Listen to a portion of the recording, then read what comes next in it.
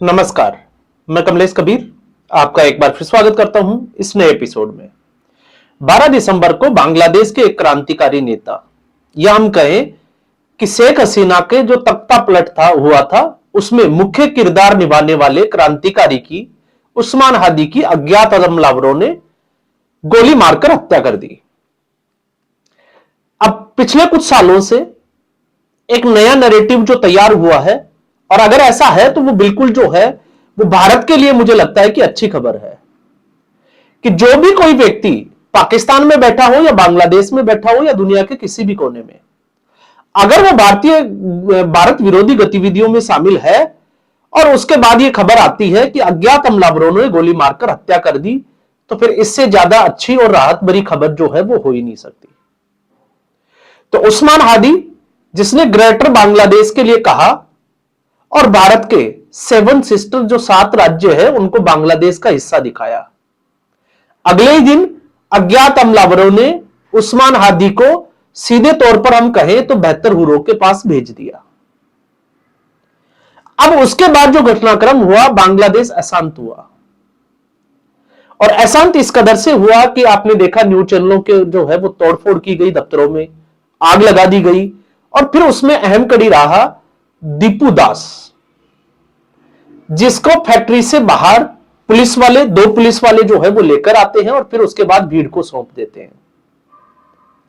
दीपू दास की हत्या कर दी जाती है, और जब बात आती है एविडेंस की तो दीपू दास के खिलाफ एक भी ऐसा एविडेंस नहीं मिलता कि उसने कभी धर्म के आधार पर कोई टिप्पणी की हो। सबको जो है वो पेड़ के बांध के रोड के ऊपर जला दिया गया, और उसके बाद सबसे बड़ा सवाल यह था कि बांग्लादेश की इस स्थिति से भारत के ऊपर क्या फर्क पड़ने वाला है, क्योंकि अक्सर जो है वो हम इसकी चर्चा भी करते हैं। तो ऐसी स्थिति में हम चर्चा करें उससे पहले एक और बड़ी खबर, उस्मान हादी के राइट हैंड कहिए या लेफ्ट हैंड कहिए, मोहम्मद मोतालिक सिद्दर, यह भी ठीक उसी तरीके से शेख हसीना का जो तख्ता पलट हुआ था उसके लिए भीड़ को उकसाने के लिए जिम्मेदार एक नेता, क्रांतिकारी नेता, युवा नेता। कल, क्योंकि 12 दिसंबर को उस्मान हादी और 22 दिसंबर को इस सिदर के कान के नीचे से छूकर गोली निकल गई। हालांकि घायल हुआ, मौत नहीं हुई, लेकिन एक तरीके से एहसास जरूर हो गया कि इस तरीके के बयान से होता क्या है। तो एक बार फिर जो है अज्ञातवर हमलावरों ने कान के नीचे सीटी जो है वो जरूर बजा दी। अब भारत के संदर्भ से हम इस खबर को देखते हैं तो बड़ी राहत की खबर यह है कि लगातार, क्योंकि कुछ दिनों से या हम कहें कि दीपू दास की मौत के बाद से यह सवाल उठने लगे थे कि क्या हिंदू जो है, जो धर्मनिरपेक्षता की घुट्टी पिलाई गई 1975 में, उससे बाहर निकलने का प्रयास करेगा। तो आज जिस तरीके से बांग्लादेश के उच्चायोग के बाहर विश्व हिंदू परिषद ने जो धरने प्रदर्शन शुरू किए हैं, उससे साफ तौर से नजर आता है कि हिंदू जाग रहा है, भले ही वो दुनिया में किसी भी कोने में हो, क्योंकि जिस धर्म में सहिष्णुता का पाठ पढ़ाया गया हो और एक ऐसा धर्म से उसका मुकाबला हो जिसमें मजहब के आधार पर जो है वो दूसरे धर्म के लोगों को मारना सिखाया जाता है, तो लड़ाई आप समझ सकते हैं कि कितनी गंभीर और कितनी बड़ी है। अब ऐसी सूरत में अक्सर जो है वो भारत की विदेश नीति को लेकर भी कुछ लोग जो विपक्ष में बैठते हैं या विपक्ष के चरण चुंबक जो दरबारी मीडिया के लोग हैं, वो भारत के ऊपर अंगुली जरूर उठाते हैं कि भारत कोई एक्शन क्यों नहीं लेता। या फिर कभी आपने देखा होगा प्रधानमंत्री नरेंद्र मोदी के लिए दिल्ली विधानसभा का एक विशेष सत्र तक बुलाया जाता था, और उस सत्र में अनपढ़ चौथी पास राजा की कहानी सुनाई जाती थी अरविंद केजरीवाल के मुख से, और फिर तालियां पीटी जाते थे, हंसा जाता था। कश्मीर फाइल्स जब मूवी आई थी तो उसका मजाक उड़ाया गया था दिल्ली विधानसभा में। यह अलग बात है कि जनता ने उस मजाक का जवाब अरविंद केजरीवाल को किस तरीके से दिया, और उसके बाद से अरविंद केजरीवाल ऐसी हरकत करता हुआ नजर भी नहीं आ रहा। लेकिन एक तरीके से हम कहें तो उसका मजाक जरूर उड़ाया गया। अब आप उस लिंक को जोड़कर देखिए, और क्यों जोड़कर देखिए, इसलिए जोड़कर देखिए क्योंकि जब हम इसको देखते हैं, बांग्लादेश को आजाद कराने का 1971 का जो भारत का फैसला था वो कितना सही और कितना गलत, क्योंकि इस देश में एक टुकड़ा 1947 में जब भारत से पाकिस्तान अलग हुआ, और समस्या क्या थी? समस्या थी कि दो धर्म के जो एक दूसरे के खिलाफ हो वो आपस में एक साथ नहीं रह सकते। उस समस्या का समाधान निकालने के लिए धर्म के आधार पर इस देश का बंटवारा किया गया। लेकिन आज 75 साल के बाद में जब इस सवाल के जवाब में अगर कोई आत्ममंथन करता है कि इस समस्या का कितना समाधान हुआ, तो फिर आपको समझ में आएगा कि इस समस्या का समाधान हुआ ही नहीं। आज मुस्लिम आबादी दुनिया की तीसरी सबसे बड़ी आबादी भारत में रहती है। बांग्लादेश से ज्यादा मुस्लिम भारत में रहते हैं, और उससे भी बड़ी समस्या यह है कि भारत में रहकर भारत का खाकर आज भी उनका दिल जो है वो पाकिस्तान के लिए धड़कता है। तो सवाल यह उठता है कि भारत ने क्या सबक सीखा? फिर आते हैं पूर्वी पाकिस्तान और पश्चिमी पाकिस्तान। उस वक्त दो पाकिस्तान बने, और उस वक्त का अगर आप देखोगे तो बीच में से एक कॉरिडोर की भी मांग की गई थी। हालांकि वो कारण क्या थे मैं उसमें जो है वो नहीं जाऊंगा, क्योंकि वो थोड़ा विषय राजनीतिक हो जाएगा। लेकिन 1971 की अगर हम बात करें तो 1971 में बांग्लादेश आजाद क्यों हुआ था? बांग्लादेश इसलिए आजाद हुआ था क्योंकि पाकिस्तान ने जो अत्याचार किए थे पूर्वी पाकिस्तान के ऊपर, महिलाओं के साथ जो गलत व्यवहार किया था, उससे इन लोगों को मुक्ति चाहिए थी। भारत ने हस्तक्षेप किया और लगभग 4000 के आसपास भारत के सैनिक शहीद हुए, और एक नया देश नक्शे में आ गया, बांग्लादेश। अब हम आते हैं कि उस बांग्लादेश से, जो बांग्लादेश को 1971 में भारत ने आजाद करवाया पाकिस्तान से, आज वही बांग्लादेश भारत के लिए जो है वो समस्या खड़ा बनता हुआ दिखाई दे रहा है। उसी बांग्लादेश में आज दिल्ली के खिलाफ जो है वो नारे लगाए जाते हैं। उसी बांग्लादेश में हिंदुओं को गला रेतकर उनकी हत्या की जाती है, मंदिरों को तोड़ा जा रहा है। तो फिर सवाल यह उठता है कि आखिर भारत ने 1971 में अपने सैनिकों की जान जोखिम में क्यों डाली? और अगर ऐसा करना था तो उस वक्त की सरकार हो चाहे आज की सरकार हो, उसने ठोस कदम क्यों नहीं उठाए?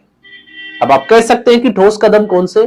तो ठोस कदम ये, क्योंकि आज भी एक सवाल उठता है जब सीए और एनआरसी की बात होती है, स्पेशली हम कहें कि सीए, तो सीए जब कानून आया तो कानून था नागरिकता देने का, और जब नागरिकता देने की बात आती है तो नागरिकता लेने का तो सवाल ही नहीं उठता। और यह उन लोगों के लिए था, चाहे वो अफगानिस्तान से हो, चाहे पाकिस्तान से हो, या फिर बांग्लादेश से, जो प्रताड़ित किए गए हैं, अल्पसंख्यक है, जिनकी संख्या लगातार सिमट रही है, उन लोगों को नागरिकता देने का। लेकिन भारत में इस नागरिकता देने के कानून के खिलाफ दिल्ली में हिंदू विरोधी दंगे हो जाते हैं, और किस तरीके से होते हैं वो आपको सबको पता है। जब डोनाल्ड ट्रंप का भारत दौरा था, वैश्विक स्तर पर जो है वो ध्यान खींचने के लिए, और एक तरीके से मुसलमानों के खिलाफ इस सरकार को बताने के लिए कि मुसलमानों के खिलाफ ये सरकार जो है वो अत्याचार कर रही है। अब दूसरी स्थिति में आप देखिए कि आज हमारा विपक्ष हो, चाहे इसी स्थिति को आप देख लीजिए, कितने लोग बांग्लादेश में दीपू दास की जो हत्या की गई उसके फेवर में आकर सड़कों पर खड़े हुए, विरोध किया। आज जो है वो हिंदू बाहर निकला, जानकर जो है देखकर बहुत अच्छा लगा कि लोग जो है वो बाहर निकले, एटलीस्ट जिसकी जरूरत थी कि एक हिंदू बाहुल्य देश में अगर इस तरीके का अत्याचार होता है, और ऐसा पहले हुआ है, तो यह घटना यह दिखाती है कि हिंदू अब जो है वो जाग रहा है। लेकिन अभी हम बांग्लादेश की ही जब जिक्र करते हैं, तो बांग्लादेश को 1971 में आजाद कराया गया, तो फितरत जो थी, इस मजहब की जो फितरत थी, वो अभी भी अगर आप देखोगे 1971 के बाद, तो एक अजीब सी घटना हुई 1974 में, जिस वक्त वीवी गिरी भारत के राष्ट्रपति थे और उनका बांग्लादेश का दौरा हुआ। बांग्लादेश का दौरा हुआ, राष्ट्रपति का स्वागत हुआ, लेकिन उसके 3 या 4 दिन बाद में बांग्लादेश ने न्योता भेजा जुल्फी अलीकार भुट्टो को, और उनका वीवी गिरी से भी तगड़ा जो है वो स्वागत किया गया। तो आप सोचकर देखिए, जिनके अत्याचारों से बांग्लादेश को आजादी चाहिए थी, वो ही बांग्लादेश आज भी उनके साथ खड़े हैं। तो इस लिस्ट में अगर आप देखोगे, तुर्की में जब तुर्की में भूकंप आया तो भारत ने किस तरीके से तुर्की की मदद की, पूरी दुनिया ने देखा। लेकिन जब ऑपरेशन सिंदूर पहलगाम अटैक हुआ तो तुर्की जो है वो पाकिस्तान के साथ खड़ा दिखाई दिया। तो एक तरीके से चाहे वो ओआईसी हो या फिर मुस्लिम देशों का जिस तरीके से संगठन की हम बात करते हैं, तो फिर वो भूल जाते हैं कि किसको कौन से देश के साथ उनके संबंध किस तरीके के हैं। फिर सिर्फ उनके जो संबंध होते हैं वो होते हैं धर्म के आधार पर, मजहब के आधार पर। तो ये जरूरी हो जाता है कि हम लोग जो है वो उससे पीछे क्यों हटे। तो इसलिए मैं हमेशा जो है वो बार बार कहते हैं कि लोगों को जो है वो जागरूक करते रहना चाहिए। अच्छी खबर है कि एक के बाद ऐसे एक क्रांतिकारी जो निपटते जा रहे हैं, जो भारत विरोधी गतिविधियों में शामिल है। उससे बड़ी बात कि हिंदू जो है वो घरों से बाहर निकल रहा है। और उससे भी बड़ी बात जो अक्सर जिसकी मैं अभी बात कर रहा था कि दिल्ली विधानसभा का उपयोग जो है वो किस लिए किया गया। तो आप देखिए इस दुनिया में दो जोकर, एक जेलेंस्की, एक कॉमेडियन, एक सर्कस में काम करने वाले कॉमेडियन की जो जिद थी, उस जिद ने यूक्रेन की स्थिति को कहां से कहां पहुंचा दिया। अच्छा खासा एक जिसको हम कहें कि खाते पीते देश को खंडर बना दिया। और उस खंडर के लिए एक ही व्यक्ति जिम्मेवार है, वो है जेलेंस्की और उसकी नाटो में शामिल होने की जिद। नाटो कंट्री आज जो है वो उस जेलेंस्की से पीछे हटते हुए दिखाई देते हैं। तो शायद जेलेंस्की को, तो ये मैं इसलिए कह रहा हूं क्योंकि जो लोग ये कहते हैं ना कि राजनीति जो है वो अनपढ़ों का काम नहीं है या फिर पढ़े लिखों का काम है, तो राजनीति ना पढ़े लिखों का काम है, ना जो है वो अनपढ़ और जोकरों का काम है। राजनीति राजनेताओं का काम है, जो इसको समझता हो, जो इसकी रणनीति, इसकी चालों को समझता हो। और दूसरा यूनुस खान। यूनुस खान नोबेल पुरस्कार विजेता है, लेकिन आपने देखा शेख हसीना के समय का बांग्लादेश और शेख हसीना के तख्ता पलट के बाद में जो बांग्लादेश की स्थिति हुई है, तो उसके लिए सिर्फ और सिर्फ जो है वो एक ही व्यक्ति जिम्मेवार है और वो है यूनुस खान। तो जेलेंस्की और यूनुस खान का उदाहरण देश और दुनिया के सामने है कि ज्यादा पढ़ा लिखा अगर उसको राजनीति की समझ नहीं है तो वो देश नहीं चला सकता, और एक जोकर उसके हाथों में भी सत्ता नहीं सौंपी जा सकती। अगर ऐसा होगा तो फिर आप देख सकते हो कि यूक्रेन की हालत क्या है। तो ये उन राजनेताओं को जवाब भी मिलता है और उनके लिए जवाब भी होता है जो इस तरीके का प्रोपेगेंडा फैलाने के लिए रात दिन मेहनत कर रहे हैं और तत्पर रहते हैं। तो आज के एपिसोड में बस इतना ही। उम्मीद करूंगा वीडियो एपिसोड आपको पसंद आया होगा। वीडियो को लाइक करें, शेयर करें, चैनल जरूर सब्सक्राइब करें। धन्यवाद।